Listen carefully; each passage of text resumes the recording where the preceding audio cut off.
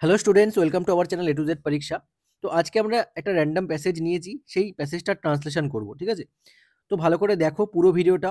ভালো লাগলে অবশ্যই লাইক করে দিও, এই চ্যানেলটাকে কিন্তু সাবস্ক্রাইব করে নিও।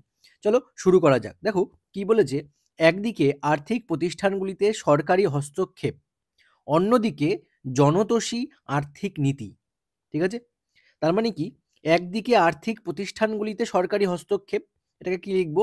একদিকে অর্থাৎ কি, on one hand, on one hand, ঠিক আছে, কমা, সরকারি হস্তক্ষেপ আর্থিক প্রতিষ্ঠানগুলোতে, তাই তো? তাহলে কি লিখবো? There is government intervention.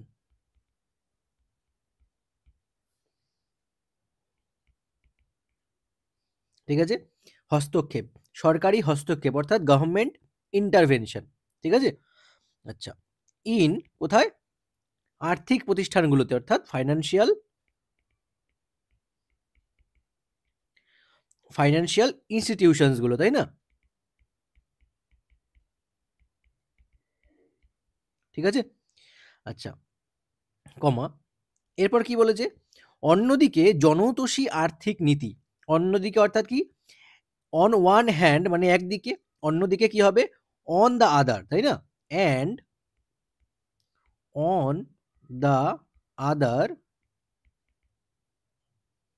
জনতোষী আর্থিক নীতি। জনতোষী আর্থিক নীতি বলতে, জনতোষী অর্থাৎ পপুলিস্ট, আর্থিক নীতি অর্থাৎ financial policies.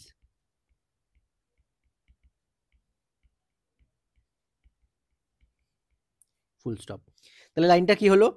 On one hand there is government intervention in financial institutions, সরকারি হস্তক্ষেপ আর্থিক প্রতিষ্ঠানগুলোতে, এবং অন্যদিকে অ্যান্ড অন দ্য আদার, এখানে একটা কমা হবে, populist financial policies.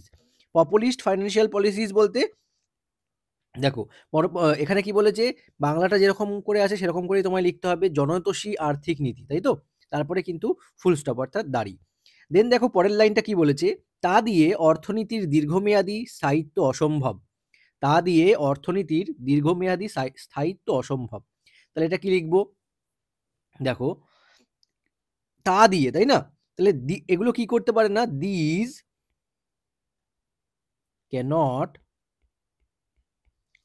This cannot ensure long term, দীর্ঘমেয়াদী, তাই বলেছে না? তো লং টার্ম ইকোনমিক স্ট্যাবিলিটি, তাই বলে তো, স্ট্যাবিলিটি, স্থায়িত্ব। ঠিক আছে, তাহলে কি হলো? তা দিয়ে অর্থনীতি দীর্ঘমেয়াদী স্থায়িত্ব অসম্ভব। তাহলে দিস ক্যানট এনশিওর, দীর্ঘমেয়াদী অর্থাৎ লং টার্ম ইকোনমিক স্ট্যাবিলিটি মানে আর্থিক যে সমস্ত অর্থনীতি রিলেটেড, তাই না? সেই অর্থনীতির দীর্ঘমেয়াদী, তাহলে দীর্ঘমেয়াদী স্থায়িত্ব কোনটা? Long term economic stability. ঠিক আছে, বোঝা গেছে এইটুকু? Full stop. এইভাবে কিন্তু তোমাদের স্টেপ বাই স্টেপ ভেঙে ভেঙে বুঝে বুঝে করতে হবে। চাই প্রাতিষ্ঠানিক স্বাধিকার, অর্থাৎ কি? প্রাতিষ্ঠানিক স্বাধিকার চাই। এখানে কি লিখবো? প্রাতিষ্ঠানিক স্বাধিকার বলতে ইনস্টিটিউশনাল অটোনমিকে বলে। ঠিক আছে, আচ্ছা, তাহলে কি লিখবো এটাকে? Institutional autonomy, INSTI, institutional autonomy চাই প্রাতিষ্ঠানিক স্বাধিকার, তাই না? তাহলে ইনস্টিটিউশনাল অটোনমি মানে প্রাতিষ্ঠানিক স্বাধিকার চাই, তাই তো? তাহলে ইজ নেসেসারি। আচ্ছা, এরপরে কি বলেছে দেখো, অর্থনৈতিক ক্রিয়াকলাপ ও রাজনৈতিক ব্যবস্থাপনা পারস্পরিক নির্ভরশীলতার মাধ্যমে সংগঠিত হয়। আচ্ছা, অর্থনৈতিক ক্রিয়াকলাপ ও রাজনৈতিক ব্যবস্থাপনা, তাই তো? অর্থনৈতিক ক্রিয়াকলাপ বলতে ইকোনমিক, অর্থনৈতিক ক্রিয়াকলাপ ইকোনমিক অ্যাক্টিভিটিস, অ্যান্ড এছাড়া কি বলেছে? রাজনৈতিক ব্যবস্থাপনা, তাই না? রাজনৈতিক ব্যবস্থাপনা বলতে অ্যান্ড পলিটিক্যাল, ব্যবস্থাপনাকে কি বলা হয়? অ্যাডমিনিস্ট্রেশন, তাই না?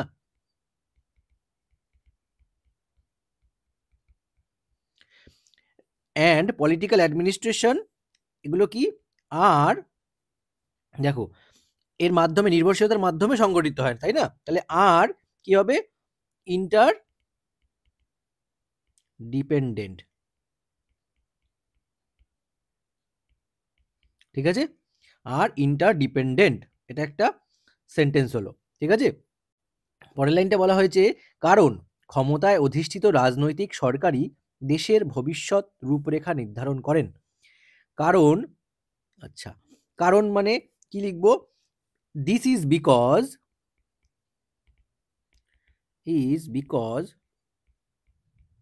ঠিক আছে, দিস ইজ বিকজ তারপরে কি হবে? দ্য পলিটিক্যাল গভর্নমেন্ট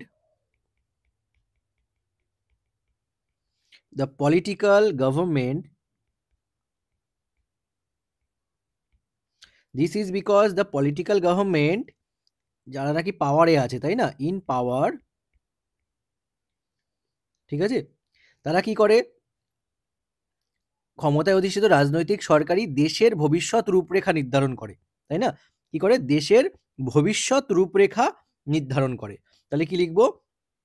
ডিটারমাইন্স নির্ধারণ করে, অর্থাৎ ডিটারমাইন্স দ্য ভবিষ্যৎ, তাই না? ফিউচার, ভবিষ্যতের কি কি নির্ধারণ করে? রূপরেখা। রূপরেখাকে কি বলবো? Future road map. ঠিক আছে,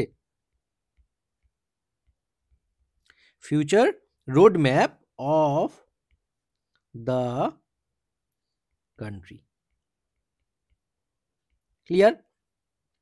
তাহলে যে this is because the political government in power determines the future road map of the country. Clear? আচ্ছা, ফুল স্টপ দিয়ে এবার লাস্ট লাইন কি বলেছে দেখো, কিন্তু সমস্যা হলো কে কার চালিকা শক্তি হবে। কিন্তু সমস্যা হলো কে কার চালিকা শক্তি হবে। তাহলে এটাকে কি লিখবো? হাউএভার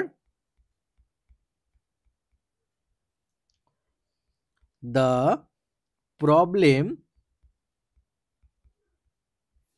ঠিক আছে, লাইজ কিসের উপর? লাইজ ইন, আচ্ছা, কে কার চালিকা শক্তি হবে? ডিসাইডিং হু উইল ড্রাইভ হুম। অর্থাৎ কি? কিন্তু মুখ্য সমস্যা কি? যে কে কার চালিকা শক্তি হবে, অর্থাৎ however the problem lies in deciding, ঠিক আছে, কিসের উপরে? ডিসাইডিং হু উইল ড্রাইভ হুম, কে কার চালিকা শক্তি হবে। তো এই হলো তোমাদের প্যাসেজটি ট্রান্সলেশন। ঠিক আছে, তো আশা করছি তোমরা বুঝতে পেরেছো, ভালো লেগেছে কিভাবে সেন্টেন্সগুলোকে সাজাবে, কোন ওয়ার্ডটাকে কিভাবে তোমরা ইউজ করবে। ঠিক আছে, এইভাবে কিন্তু তোমাদের প্র্যাকটিস করতে থাকতে হবে। র্যান্ডম যে কোনো প্যাসেজ নেবে, প্যাসেজ নিয়ে তোমরা কিন্তু করতে পারো। ঠিক আছে, এভাবে তোমরা এগিয়ে যাও, প্র্যাকটিস করো। যত বেশি প্র্যাকটিস করবে তত বেশি কিন্তু তোমরা লিড করবে। ঠিক আছে, the more you practise the more you lead. Okay, আচ্ছা, তো আজকের মতো এই পর্যন্তই। ভিডিওটা যদি ভালো লাগে অবশ্যই লাইক করতে ভুলো না, এবং যারা নতুন আছো, প্রথমবার দেখছো, তারা কিন্তু অবশ্যই চ্যানেলটাকে সাবস্ক্রাইব করে নিও। তো আজকের মতো এই পর্যন্তই। Thank you so much for watching this video.